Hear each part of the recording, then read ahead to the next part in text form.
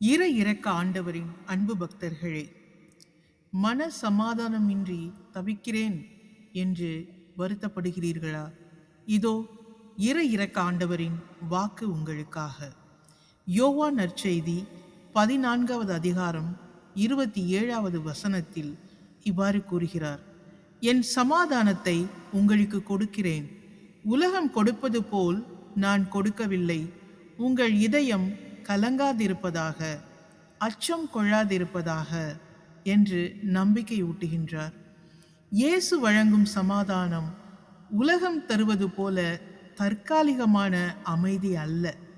அது பயம், கவலை, துயரம் எல்லாவற்றையும் மீறி நம் இதயத்தை இறை அருளால் நிறைத்து உண்மையான நிலையான சமாதானத்தை வழங்குவதாகும். ஆகையால் எந்த சூழ்நிலையிலும் நாம் அச்சமின்றி அவரை நம்பி வாழ பழகிக்கொள்வோம். இறைவனின் சமாதானம் இதயத்தை அமைதிப்படுத்துவதோடு நம்பிக்கை வழியில் நம் வாழ்க்கையை நடத்தி செல்லவும் உதவுகிறது.